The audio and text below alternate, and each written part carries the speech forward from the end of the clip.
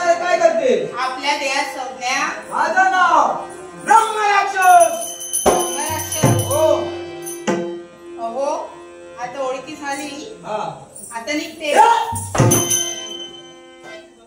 कुठे चालली?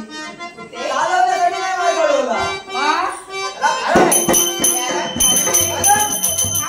आजपर्यंत अनेक लोकांना ही माझी भूक संपवण्यासाठी माझ्याकडे माहिती.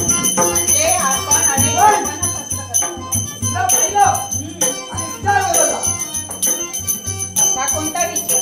कारण आजपर्यंत तुझ्यासारखी स्त्री या विश्वात पाहिलीच नाही. अहो माझ्यासारखी स्त्री आपण या विश्वात पाहिली नाही. मुळीच नाही.